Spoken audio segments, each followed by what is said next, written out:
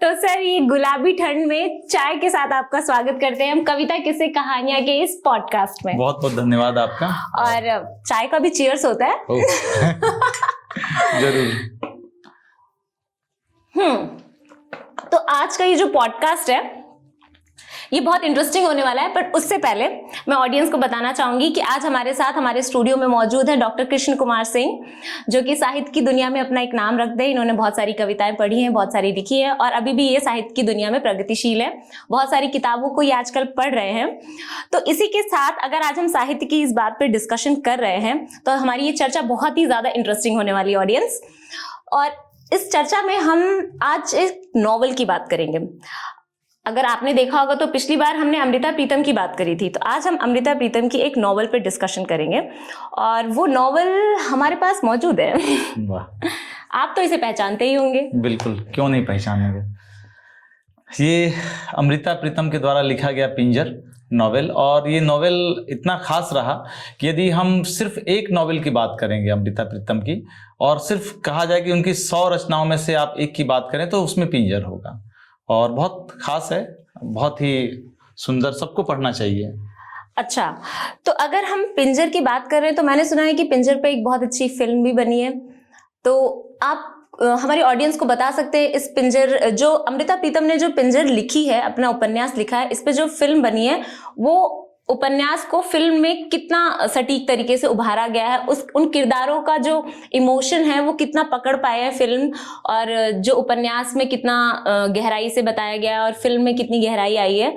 तो आप इसके बारे में थोड़ा हमारी ऑडियंस को एक जिस दे दीजिए और कैरेक्टर्स के बारे में जरूर बताइएगा। जरूर।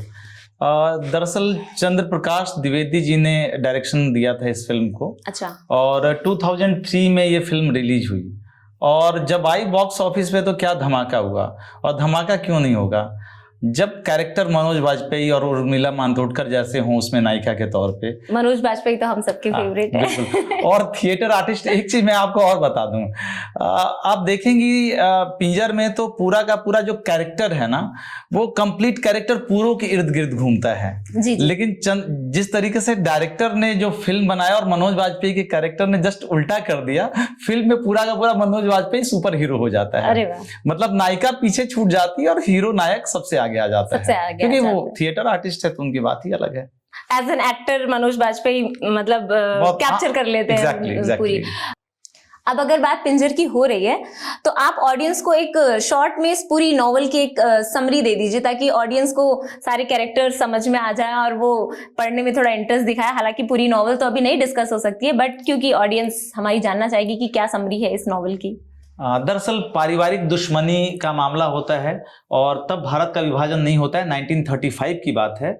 और कभी किसी वक्त में पूरो के दादाजी रशीद के दादाजी की बहन को उठा करके ले आते हैं, और ये कसम कुरान पे रख करके खिलवाई जाती है कि आगे आने वाले वक्त में भी आपको इस दुश्मनी का बदला लेना है। रशीद आता है घोड़े पे बैठ के, पूरो को उठा के लेके जाता है, उससे जबरन शादी करता है, और पूरो का नाम हो जाता है हमीदा, जो उसके हाथ में गुदवा भी दिया जाता है। अच्छा, मतलब उसका धर्म परिवर्तन किया जाता है। रहीम काका आके उसको धर्म परिवर्तन करते हैं। और फिर होता क्या है कि जो घटना पूरो के साथ घटती है, पूरो नहीं चाहती है कि किसी भी लड़की के साथ वो घटना घटे, क्योंकि खुद के ऊपर फेस की हुई होती है।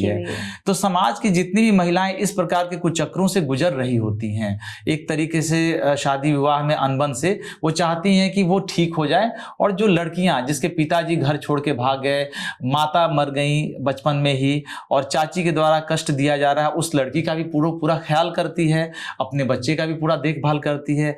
इसी के दौरान रशीद जो है, रशीद का कैरेक्टर ये होता है कि रशीद पूरी तरीके से पूरो पे ध्यान देता है, एक अच्छे पति की भूमिका में रहता है। अच्छा, मतलब वो उसे किडनैप तो करके लाया होता है, बट उसके इंटेंशंस गलत नहीं होते हैं। गलत नहीं थे, और कभी भी वो एक पारिवारिक दुश्मनी थी, तो कसम खाई हुई थी, तो उसने उसको निभाया। बट एज ए हस्बैंड वो एक अच्छा हस्बैंड साबित होता है।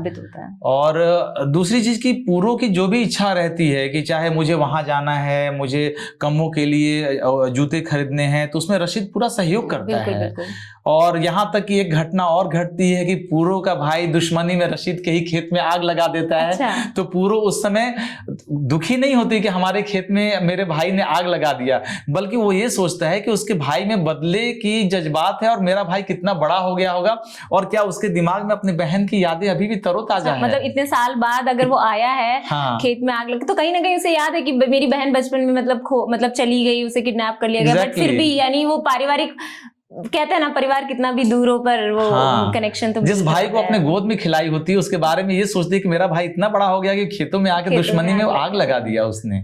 और उसके बाद होता है कि 1947 में 12 साल के बाद विभाजन हो जाती है और विभाजन की त्रासदी में जो घटना घटती है, जो एक देश से दूसरे देश में माइग्रेट कर रहे लोगों के ऊपर जो हमले होते हैं, किडनैपिंग के केसेस होते हैं, खासकर स्त्रियों की जो घटनाएं होती है, यहाँ तक कि बंद हवेली में आग तक लगा दी जाती है, जिसमें फिर 3 पिंजर जले हुए निकल करके उसमें से बाहर आते हैं जिनकी डेथ हो जाती है। जी। तो ये पूरी कहानी है भारत पाकिस्तान के विभाजन से उपजी परिस्थितियों का, और इसमें पूरो और रशीद का पूरा रोल रहता है कि वो अपने लेवल से जितना कुछ सुधार कर सके वो करते हैं। लोगों को एक दूसरे के देश में जहां वो जाना चाहते हैं उनको पहुंचाने का पूरा कार्यभार किया जाता है। तो पूरो और रशीद के द्वारा जो भी एक्ट इसमें किया जाता है पिंजर में, उसको अमृता प्रीतम ने बखूबी निभाया है और 1947 की परिस्थितियों को उन्होंने बहुत खुल करके अपने उपन्यास में जगह दी। और मुझे इसका क्लाइमैक्स, अगर आपने फिल्म देखी होगी या फिर नहीं देखी तो देखिएगा जरूर, जो क्लाइमैक्स है सर वो इतना ज्यादा इमोशनल है कि वो जो है ना कि फैमिलीज मिल रही हैं, रशीद और पूरो है और लाजो है और पूरो का भाई त्रिलोक है और हिंदुस्तान पाकिस्तान बट रहा है। अब उन्हें जाना है अपने अपने खेमे में, लेकिन वो उनके पास मौका है कि वो शायद एक साथ भी जा सकते हैं, बट वहां पर जो एक कंडीशन दिखाई गई है, एक जो किसी भी बीइंग की कंडीशन हो सकती है, चाहे वो औरत हो चाहे वो आदमी हो, लेकिन वो इमोशनल, जिसे हम कहते हैं ना कि पूरी की पूरी नॉवल एक इमोशंस का कॉकटेल है, तो वो एकदम फिट वहां पर बैठता है। बट हम कुछ कैरेक्टर्स के बारे में जानना चाहेंगे। हालांकि मैंने ये नॉवल पढ़ी है और ऑडियंस से मैं जरूर कहूंगी कि आपको ये पढ़नी चाहिए। इसमें कैरेक्टर है जो मेन हमारी हीरोइन है, जिसे अमृता प्रीतम ने पूरो नाम दिया है, और बाकी के कैरेक्टर्स के बारे में आप ऑडियंस को थोड़ा संक्षेप में बताइएगा। जैसा कि नाम है पूरो, वो वाकई में अमृता प्रीतम ने जिस तरीके से पूरो के बारे में लिखा है वो कंप्लीट एक महिला और नायिका के रूप में काम कर रही है। एक ऐसी नायिका जिससे जबरन अपहरण करके उसकी शादी कर ली जाती है उसके द्वारा, और देन वो बच्चे को भी जन्म देती है अनचाहे तरीके से, और समाज के जितने भी दबे कुचली महिलाएं हैं उनका विशेष ख्याल करते हुए उस पर काम करती हैं। और जब भारत पाकिस्तान का विभाजन होता है तो वो मंजर भी पूरो देखती है, और इस मंजर में जितने भी लोग परेशानियों से गुजरते हैं उनकी परेशानियों को, दुख दर्द को वो दूर करने का पूरा प्रयास करती है। तो जैसे होरी ने जो भूमिका गोदान में निभाई है, जो भूमिका सुधा और चंदर ने गुनाहों के देवता में निभाई है, कहीं उससे भी बढ़ के यदि कैरेक्टर के तौर पे देखा जाए तो पूरो ने पूरा दिल जीत लिया है एक तरीके से पढ़ने वालों का। तो बहुत सुंदर सा कैरेक्टर अमृता प्रीतम ने गढ़ा है अपने लेखनी से। मैं वाकई में पूरा का पूरा पूरो ही दिखाई पड़ेंगे आपको इस अमृता प्रीतम जी की खैर ये खासियत भी रही है कि उन्होंने वो उस कालखंड की राइटर है हमारे पास जिन्होंने विभाजन भी देखा है और जिन्होंने बहुत सारी चीजें अपने आगे जी हैं। तो कहीं ना कहीं उनकी जितनी भी नॉवेल्स, उपन्यास, कहानी और उनकी कविता संग्रह है उसमें वो सारी झलक उनकी दिखाई देती है। तो कहीं ना कहीं पिंजर में भी वो चीज दिखाई देती है जो आपने कहा कि वो एक बच्चे को अनचाहे रूप से जन्म देती है।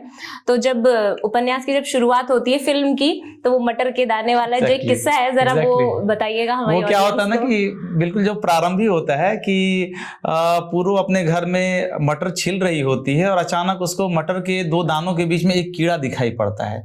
जनरली हम लोग को भी ऐसा कीड़ा दिखाई पड़ता है तो हम लोग फेंक देते हैं। हाँ। वैसे पूरो भी को फेंक देती है, दूर कर देती है अपने आप से, और वो सोचने लगती है कि ये मटर के दाने के बीच में जो कीड़ा है वो अनचाहे तौर से हमारे घर में पल रहे बच्चे के ही समान है जो मैं रखना नहीं चाहती हूँ। क्योंकि जिस परिस्थिति में बाद में वो बच्चा जन्म लेता है, जावेद उसका नाम भी पड़ता है, तो जिन परिस्थितियों में जावेद का जन्म हुआ था और जिन परिस्थितियों में रशीद से धीमे धीमे उनकी नजदीकियां तब तो नहीं बढ़ी थी, लेकिन बाद में बढ़ी वो, जैसे आप कहानी में आप आगे जाएंगी तो हम लोग को जानने को मिलेगा। तो चाहती हैं कि कहीं ना कहीं बच्चे को एबॉर्ट कर दें, लेकिन चूंकि तब के समाज की महिलाओं की स्थिति ऐसी नहीं थी कि वो अपनी इच्छा से निर्णय अपने ले सकें, फैसले खुद ले सके।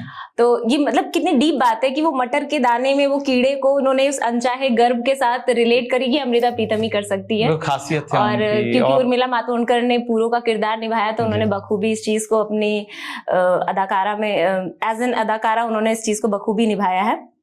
अच्छा, मुझे एक बात बहुत इंटरेस्टिंग लगी है जो है इस नॉवेल का शीर्षक टाइटल पिंजर। बहुत से लोग इस टाइटल को समझ नहीं पाते कि पिंजर क्या है, शायद वो इसे पिंजरा समझने की भूल करते हैं, बट पिंजर कितना रेलेवेंट है इस नॉवेल के हिसाब से, और क्या है पिंजर, कितना ये सार्थक करता है इस उपन्यास को, आप हमें बताइए। अच्छा, मेरी दृष्टि से देखा जाए तो नो डाउट लोग पिंजरा समझते हैं, लेकिन कहीं ना कहीं जो ह्यूमन स्केलेटन बॉडी को आप यदि कल्पना के तौर पे देखेंगी तो वो भी पिंजरे की ही तरह दिखाई पड़ता है। जैसे कई बार हम लोग कहते हैं ना कि एक तोता पिंजरे के अंदर बंद है, तो कई बार हम एक कंपेयर करते हैं कि आत्मा जो है शरीर के पिंजर के अंदर बंद है। हाँ, एग्जैक्टली। बेसिकली ना ये स्केलेटन है, मानव कंकाल, और मानव कंकाल भी सामान्य मानव कंकाल नहीं, उन महिलाओं का मानव कंकाल जो समाज के त्रासदी को झेलती हुई विभिन्न परिस्थितियों से उस स्थिति तक पहुंचती है। आप देखेंगे कि चाहे पूरों की बात हो इसमें, चाहे कम्मों की बात हो, चाहे लाजों की बात हो, जितनी भी महिलाएं इसमें कैरेक्टर को दिखाया गया है, चाहे विशेष करके एक पगली स्त्री जो गांव में घुमा करती है जिसको लोग ढेले से मारते रहते हैं, उस पगली स्त्री के का कैरेक्टर हो, इन हर कैरेक्टर में उन स्त्री की त्रासदी को दिखाया गया जो किसी तरीके से भूख प्यास और सामाजिक त्रासदी के कारण वो पिंजर के रूप में बदल गई, मतलब ह्यूमन स्केलेटन में बदल गई है। मतलब महिलाओं की दयनीय स्थिति को अमृता पिंजर ने अपने उपन्यास में बखूबी प्रदर्शित किया है। तो मुझे ऐसा लगता है कि जो इस कहानी, जो इस उपन्यास का जो नाम पड़ा है पिंजर, बेसिकली वो ये है कि महिलाओं की एक स्थिति ऐसी हो जाती है, और खासकर उस टाइम पीरियड में जब विभाजन का समय चल रहा था, और आज भी अगर हम देखें तो कुछ जगह ऐसी, या फिर इनफैक्ट अच्छी जगहों पर भी औरतों के अंदर वो सहन शक्ति और वो चीजों को इतना डेवलप कर दिया गया है कि कहीं ना कहीं वो अपनी इच्छाओं को मारती जाती है और एक पिंजर बन जाती है, एक स्केलेटन बन जाती है। निश्चित आज भी इतना ही चरितार्थ उपन्यास करता है जितने पहले था। पहले से स्थिति में कुछ सुधार आया है, लेकिन यदि हम इक्वालिटी की बात करें, सोशल इक्वालिटी की बात, तो अभी हमें बहुत दूर तक का रास्ता तय करना है। एग्जैक्टली, क्योंकि हम लोग देखिए शहर में रहते हैं, बिल्कुल। गांव की स्थिति परिस्थितियां क्या है, वहां पे महिलाएं कितना आत्मनिर्णय से अपना निर्णय ले पाती हैं, बहुत मुश्किल है। वहां पे देखना पड़ेगा हमें सिचुएशन को, तो पूरी तरीके से उपन्यास फिट बैठता है वहां कि सोशल इक्वालिटी और फाइनेंशियल इक्वालिटी, आज भी जो औरतें कमा भी रही हैं उन्हें ये नहीं पता उनका फाइनेंशियल स्टेटमेंट क्या चल रहा है। एग्जैक्टली। तो कहीं ना कहीं इक्वालिटी की बातें हम सिर्फ किताबों गुलाबी पन्नों में ही हैं। और एक मैं अपने तरफ से एक इसमें जरूर जोड़ना चाहूंगा कि इसमें जो एक उप शीर्षक है पिंजर के अंदर पिंजर, मतलब पिंजर में पिंजर, ये उप शीर्षक पढ़ते हुए मतलब मैं बहुत भावुक हो गया। दरअसल नो डाउट इसमें पूरों की कहानी है, लेकिन जब आप उस पगली औरत के बारे में जब आप पढ़ेंगे तो पगली औरत को लोग बच्चे चिढ़ाते रहते हैं, गांव के पुरुष उसको खाना भी नहीं देते हैं, कुछ महिलाएं ही महिलाओं की सेविका के तौर पे उसको कुछ खाना परोस दिया करती हैं। और होता यह है कि वो कई बार चूंकि पागल रहती है तो उसको कपड़ों का भी ध्यान नहीं रहता है, रात भर अट्टहास करना, उसकी आवाज गुजरना, और उस पगली के बारे में कुछ दिन के बाद पता चलता है कि वो गर्भवती हो गई। एक ऐसे समाज में अनचाहे तरीके से जिसको सब व्यक्ति उससे द्वेष रखते हैं, वैर भाव रखते हैं, वो स्त्री गर्भवती कैसे हो गई? उसके पति जो भी, मतलब पति तो नहीं थे, किसने उसको गर्भवती किया? और दूसरी सिचुएशन की, जब उस पिंजर ने अर्थात उस स्केलेटन महिला ने जब एक बच्चे को जन्म दिया, अनचाहे बच्चे को, तो वो भी पिंजर के ही रूप में उसको दिखाया गया कि ना तो उसके बाप का पता है, माँ भी पागल है, और वो जन्म देकर के वो मर जा रही है वहीं पे। बच्चे का लालन पालन कौन करेगा? तो वो भूमिका पूरो निभाती है। और पूरो आप देखेंगे तो मतलब पूरो अपना कहेंगे स्तनपान भी कराती हैं, एक तरीके से दूध भी पिलाती हैं, अपने बेटे की तरह उसका पालन करती हैं। तो एक बहुत बड़ी बात है तब के समाज में। मुझे लगता है ये हमारे समाज के एक दारुण स्थिति को दिखाता है कि एक पागल महिला जो यूं ही भटक रही है और फिर भी वो गर्भवती हो जा रही है, तो कहीं ना कहीं ये उस टाइम टाइम और आज के टाइम में कुछ खास बदलाव नहीं आया कि रेप तब भी थे, रेप आज भी हैं, और आज भी हमारे समाज में ऐसे बहुत से लोग हैं, बहुत सी स्त्रियां हैं जो इस तरह से सड़कों पर हैं और कहीं ना कहीं उनकी ये स्थिति हो जाती है, पर हम उसमें बात करना नहीं चाहते एज इन सोसाइटी, लेकिन एज इन सोसाइटी हमें करनी चाहिए। खैर, हम अपनी नॉवल पर वापस लौटते हैं। और अच्छा, आपके हिसाब से इस कहानी की एक अच्छी बात और एक खराब बात आप ऑडियंस को बताइए, जो आपको बहुत पसंद आया हो वाक्या, या फिर आप मैं सोच रहा हूँ कि पहले खराब बात ही कर दूं। बिल्कुल, और खराब बात क्योंकि शायद अंतिम बात करूं तो शायद अंतिम बात थोड़ी अच्छी हो। हाँ। खराब बात यह है कि जब भी दो परिवारों के बीच द्वेष होता है, दो धर्म या जाति वर्ग के बीच में द्वेष होता है जी, तो हमेशा इन द्वेष के बीच में कुपित होती हैं महिलाएं, टारगेट महिलाओं को किया जाता है।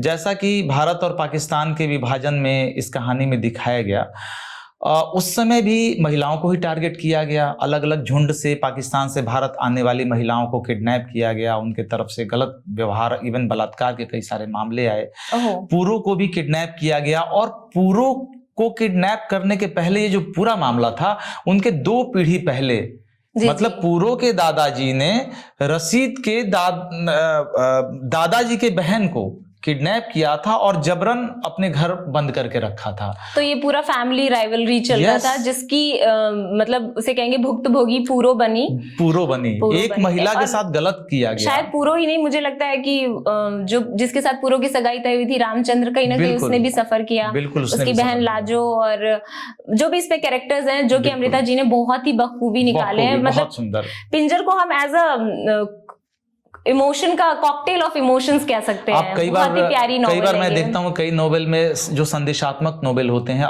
या उपदेशात्मक होते हैं, उसमें एक तरीके से फन नहीं आता है या उसमें एक भावनाएं नहीं आती है, लेकिन ये उपदेशात्मक होने के साथ साथ आप एक एक लाइन जुड़ा हुआ है, आपको कभी बोरिंग लगेगा नहीं है। आप हो सकता है 3 या 4 घंटे में आप तेजी से पढ़ के खत्म। बिल्कुल, क्योंकि इंटरेस्टिंग है ना। आप स्टार्टिंग देख रहे हैं ना, आप कितनी डीप हुई है वो मटर के दाने की, फिर वो रामचंद्र का पूरा कैरेक्टर दिखाते हैं, फिर रशीद आता है, फिर वो पूरा सब उहापोह चल रहा है। पर इन बिटवीन इसमें जो अमृता जी ने एक किरदार पूरो का एक सशक्त, जो कि मीनवाइल एट अ टाइम मजबूर भी है अपनी स्थितियों को लेके, वो उसे किडनैप करके ले जाता है और घर वाले उसे अपनाते नहीं, फिर उसे मजबूरी कह लीजिए, समझौता कह लीजिए कि वापस उसे रशीद के पास लौटना पड़ता है, और फिर वो धीरे धीरे उनके बीच चीजें डेवलप होती है। तो ये जो कंडीशन, ये जो कॉन्फ्लिक्ट पूरों के कैरेक्टर्स में दिखाया गया है, ये अमृता जी ने बखूबी निभाया है। तो आप क्या कहेंगे कि मतलब आप पूरों को कितना जस्टिफाई कर पाते हैं कि वो मजबूर होने के साथ सशक्त कितनी थी, उन्होंने अपने डिसीजंस कैसे लिए, जहां पर उसने पगली के बच्चे को संभाला है, और एक बच्ची थी जिसकी माँ उसके साथ बुरा बर्ताव करती थी, कम्मो, जिसको उसने जूते दिलाए, तो ये उसके खुद के फैसले थे। तो मतलब आप क्या बताएंगे कि एज ए वुमेन वो कितनी स्ट्रॉन्ग निकल कर आती है? मैं आपको यही बताऊंगा कि पूरों को सशक्त करने के पीछे इसमें रशीद का बहुत बड़ा हाथ था। जब भी पूरों कोई भी डिमांड करती है, अच्छा, तो हम ये कह सकते हैं कि हर सशक्त महिला के पीछे पुरुष का भी हाथ होता है। निश्चित हाथ होता है। और आज के भी समय में यदि कोई महिला लेखिका यदि लिख रही हैं, या मतलब ज्यादातर केस में हमने देखा है ऐसा, तो उनको परिवार का बहुत बड़ा सपोर्ट होता है। और रशीद ने तो आगे बढ़ के, इवन एक हंसी का एक मैं वाकया बता दूं, पूरों को किडनैप किया जाता है, घोड़े से रशीद आता है और पीछे से उसको उठा लेता है और घोड़े पे बिठा के किडनैप करके लेके चला जाता है। तो इसमें हंसी का तो बहुत ज्यादा वाकया मिलेगा नहीं, लेकिन इसमें एक हंसी का वाकया आता है। पूरो कहता है कि जब उसकी भाभी अर्थात रामचंद्र की बहन को उठाने की बात होती है, तो वो कहता है कि जाओ जाओ, एक बार तो हमको तुमने उठा के घोड़े पे रखा था, एक मौका तुम्हारे पास फिर है, और आपकी बार हार के मत आना, और तुम उसी तरीके से। और रशीद, अच्छा, जब वो हिंदुस्तान पाकिस्तान बंटवारा हुआ था और जाना था, 1935 से 1940 से 12 साल के बाद की घटना है। अच्छा। और 12 साल के बाद वो बखूबी उसी तरीके से, हालांकि रशीद अब उतना मजबूत भी नहीं रहा होता है, लेकिन जिस तरीके से पूरो कहती है, ये एक हंसी का वाक्य है। जैसे कहते हैं ना कि बात बात में छीटाकसी कर देना, वो इतिहास रिपीट कर लिया। पहले उसने पूरो को किडनैप किया था, अब लाजो को, फिर लाजो को वो घोड़े पे बिठा के लेके आता है, उसे हिंदुस्तान पाकिस्तान के बंटवारे में उन्हें बिल्कुल बचाता है और लेके आता है। तो पूरो एज अ फीमेल कैरेक्टर कितनी स्ट्रॉन्ग लगी आपको? कंप्लीट, जैसे हम कहते हैं कंप्लीट मैन, उसी तरीके से कंप्लीट नायिका मैं यदि पूरो को कहूंगा, पूरे तरीके से खरा उतरती है और अपने कर्तव्यों को बखूबी निभाती है। एक अच्छी बेटी, एक अच्छी पत्नी, एक अच्छी माँ, और एक अच्छी माँ भी कैसे, एक लावारिस पड़े हुए बच्चे की वो माँ बनने की कोशिश करती है। समाज उस समय कहता है, हिंदू समाज, कि जो पगली का जो बेटा हुआ वो हिंदू है, तो इसे हिंदू समाज अपने पास में रखेगा। पूरो कैसे उसको माँ की भूमिका में है, उस बच्चे को ले लिया जाता है। जब वो बच्चा बिल्कुल पीला पड़ जाता है, मरने को होता है, तो अंत में वो पंचायत का फैसला होता है कि नहीं, वो पूरो को दे दिया जाना चाहिए। तो अंत में पूरो और रशीद को बहुत गुस्सा आता है कि तब वो समाज कहाँ था जब उस पगली को के साथ बलात्कार हुआ या उस पगली का बच्चा पैदा हुआ, और पालन करने वाले जब हम हैं तो समाज ये उंगलियां उठा रहा है। तो कहीं ना कहीं समाज के ऊपर भी इन्होंने कुठाराघात किया है अपने लेखन के माध्यम से। अच्छा, ये अमृता प्रीतम क्योंकि बीइंग अ फीमेल राइटर, वो हमेशा से उन्होंने फेमिनिज्म को एक स्ट्रॉन्ग तरीके से अपनी नॉवेल्स में, अपनी कविताओं में, अपनी कहानियों में, अपनी आत्मकथा में उन्होंने पेश किया। उन्होंने औरतों को एक बात बोली उन्होंने औरतों के लिए कि औरत वो समंदर है जिसकी था लेना मुश्किल है, तो आप उसकी देह नहीं, उसकी चेतना पर जाइए। बिल्कुल। तो मुझे लगता है कि कहीं ना कहीं उस समय जो स्थितियां चल रही थी, देश का तकसीम, जो हिंदुस्तान पाकिस्तान के बीच बंटवारे की बातें चल रही थी, बंटवारा हुआ था उनके, अमृता जी की आंखों के सामने, और उन्होंने उसी दौरान ये अपनी उपन्यास पिंजर लिखी है। तो कहीं ना कहीं आपको क्या ऐसा लगा कि अमृता की झलक है पूरो, कि उन्होंने अपनी स्थिति को, या फिर उस समय देश में हो रही औरतों की स्थिति को उन्होंने एक कैरेक्टर पूरो में पिरो दिया है? झलक तो हम पूर्ण रूप से नहीं कह सकते हैं, क्योंकि पूरो का कैरेक्टर थोड़ा सा अलग है। अमृता के लाइफ स्टाइल में वैसा कुछ नहीं था, लेकिन जब हम शायद बात करेंगे उनके नेक्स्ट किसी नॉवेल पे जो उनकी आत्मकथा पर ही आधारित है, तो वो तो पूरी की पूरी झलक अमृता जी की दे देता है। लेकिन एक लाइन यहाँ पे अमृता जी ने लिखी है और वो आपको पुस्तक के अंत में भी दिखाई पड़ेगा। वो लाइन में कहती हैं अमृता जी पूरो के बारे में कि चाहे कोई भी लड़की हिंदू हो या मुसलमान, यदि वो ठिकाने पर पहुंच जाती है, इसी के साथ पूरो की आत्मा भी ठिकाने पर पहुंच गई। कितनी खूबसूरत बात है। और बहुत संजीदगी से कह सकते हैं कि इस लाइन में कहानी का प्रारंभ से लेकर के कहानी का अंत भी है। इस सिर्फ एक लाइन में, यदि कोई कह सकते हैं कि जैसे संविधान की प्रस्तावना है, तो उस प्रस्तावना में पूरा संविधान तो समाहित नहीं है, लेकिन हम प्रस्तावना को पढ़ करके एक ही लाइन में प्रस्तावना है, संविधान की मूलभूत चीजों के बारे में पता लगा सकते हैं। बिल्कुल। इस एक पंक्ति में हम पूरी की पूरी कहानी और कैरेक्टर के बारे में जान सकते हैं कि पूरो को, जो आपने कहा था ना कि अच्छी बात क्या है, वो अच्छी बात बार बार मेरे मन में आ रहा था कि मैं कब आपसे शेयर करूं। अच्छी बात ये है कि पूरो को एक मौका मिलता है, क्योंकि पूरो होती है हिंदू, उसको मौका मिलता है, उसको उसकी शादी होने वाली होती है रामचंद्र के साथ में, और एक मौका मिलता है जब भारत पाकिस्तान का विभाजन हो जाता है 1947 के बाद, जब दोनों तरफ की फौजें मिल करके जो भी लोग अपदस्थ हो गए थे या एक माइग्रेट कर चुके थे, उनको सुरक्षित उनके देश पहुंचाना। तो एक मौका मिलता है कि लाजो के साथ पूरो भी रामचंद्र के साथ हिंदुस्तान लौट जाए।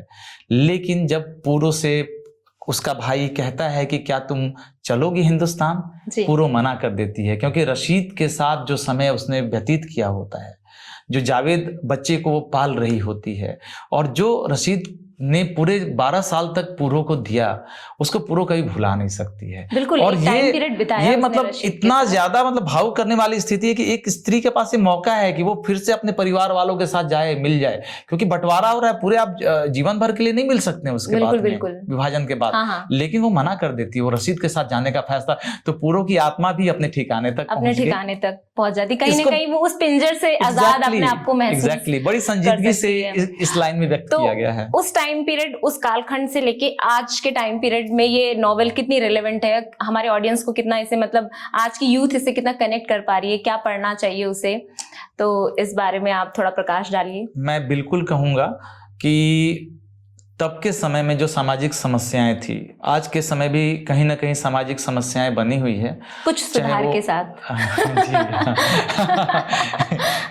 तो जिस तरीके से आज के समय में है कि एक तरीके से धार्मिक विभाजन है, कई मुद्दों को लेकर के, आप वहाँ नहीं जा सकते हैं, आप उनके घर खा पी नहीं सकते हैं, आप उठ बैठ नहीं सकते हैं, तो बहुत आवश्यक है कि दो व्यक्ति के बीच में जो मानवता रिलेशन होना चाहिए, जी। ये धार्मिक दीवार नहीं आनी चाहिए।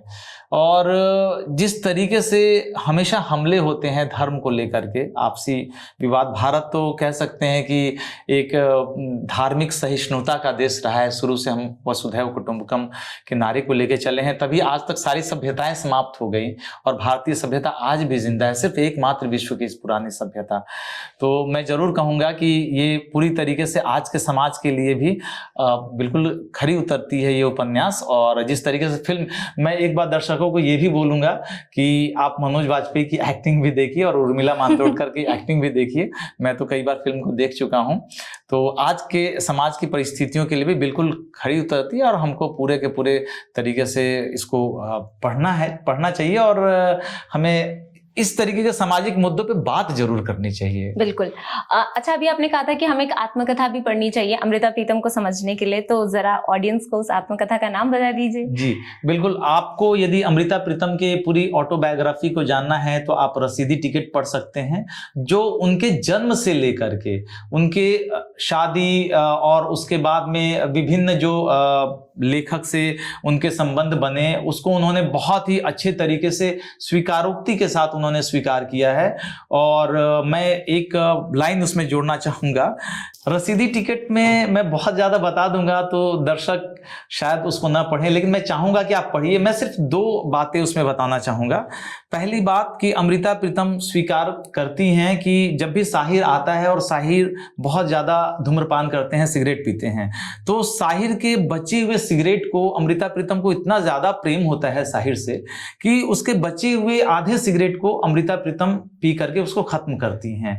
और ये स्वीकार करना तब के समय में तात्कालिक महिला समाज में एक लेखिका के द्वारा बहुत बड़ी बात है। हो सकता है कि उनके राइटर घट जाते, उनके व्यूअर्स घट जाते, लेकिन फिर भी अमृता प्रीतम ने स्वीकार किया। और एक बात और कि देखिए, हर व्यक्ति, आप हो, हम हो या दुनिया कोई भी व्यक्ति हो, कहीं ना कहीं एक मनोवैज्ञानिक दबाव में होता है। बिल्कुल बिल्कुल। एक समय ऐसा आता है कि अमृता प्रीतम के भी पास वो बहुत ज्यादा डिप्रेशन में चली जाती हैं, तो साइकियाट्रिस्ट के पास में जाती हैं और साइकियाट्रिस्ट से राय लेती हैं कि बताइए मैं अपने आप को कैसे सही करूं।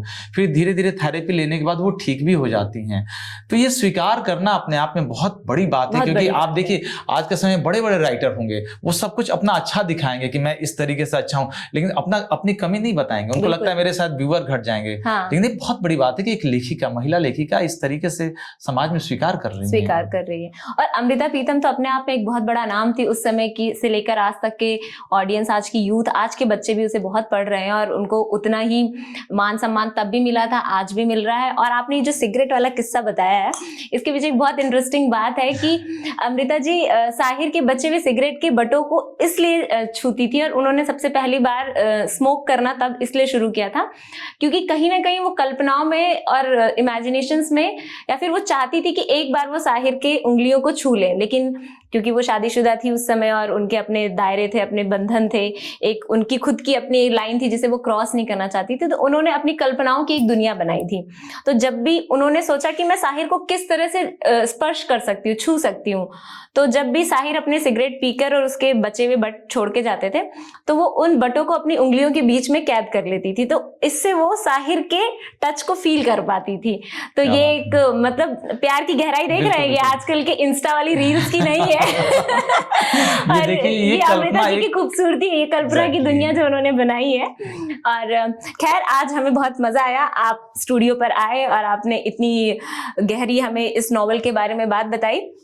और ये पिंजर है, आप इसे खरीद सकते हैं और पढ़ सकते हैं। और आज हमने पूरो से मुलाकात की, लाजो से मुलाकात की, रशीद से मुलाकात की, रामचंद्र से मुलाकात की और हमने आपसे मुलाकात की। बहुत, और हमने कविता किस्से कहानियां से मुलाकात की। जी बहुत बहुत शुक्रिया। और कविता किस्से कहानियां को बहुत बहुत धन्यवाद। दरअसल मैं दर्शकों से एक रिक्वेस्ट करना चाहता हूं कि एक मात्र ऐसा प्लेटफॉर्म है जो कुछ अच्छी चीजों को आपके बीच में लेके आ रहा है। नहीं तो इंस्टा के जमाने में हम पुराने राइटर्स को भूलते जा रहे हैं, उनके द्वारा किए गए कार्यों को भूलते जा रहे हैं। तो बहुत जरूरी है कि हम उन्हें पढ़ें, जानें, तभी हम कुछ नया लिख सकते हैं। तो बहुत बहुत धन्यवाद। कविता किस्से कहानियां फिर से आपका एक बार। आपका सर बहुत बहुत धन्यवाद। ऑडियंस, अब आप मुझे बताएंगे कि नेक्स्ट आप कौन सी नॉवेल पे चाहते हैं कि हमारी इसी कमेंट जरूर करिए, क्योंकि आपके कमेंट का इंतजार रहता है। आप जो कमेंट करते हैं उसी के हिसाब से हम नेक्स्ट कंटेंट तैयार करते हैं। तो आप कमेंट जरूर करिए कैसा रहा आज का एपिसोड। और तब तक के लिए बाय बाय। हम तब तक अपनी चाय खत्म कर लेते हैं।